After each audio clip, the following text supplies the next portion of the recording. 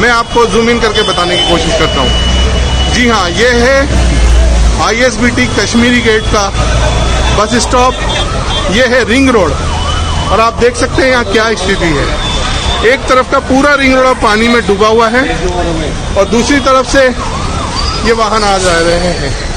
यहाँ पे जो ISBT का पूरा हिस्सा है, इसको मैं आपको दिखाना चाहूँगा कि यहाँ पे क्या स्थिति है। ये देखिए, ये ट्रैफिक ऐसे रॉन्ग साइड में जा रहा है और यहाँ पे पीछे का पूरा हिस्सा बाढ़ के पानी में पूरी तरह से डूबा हुआ है।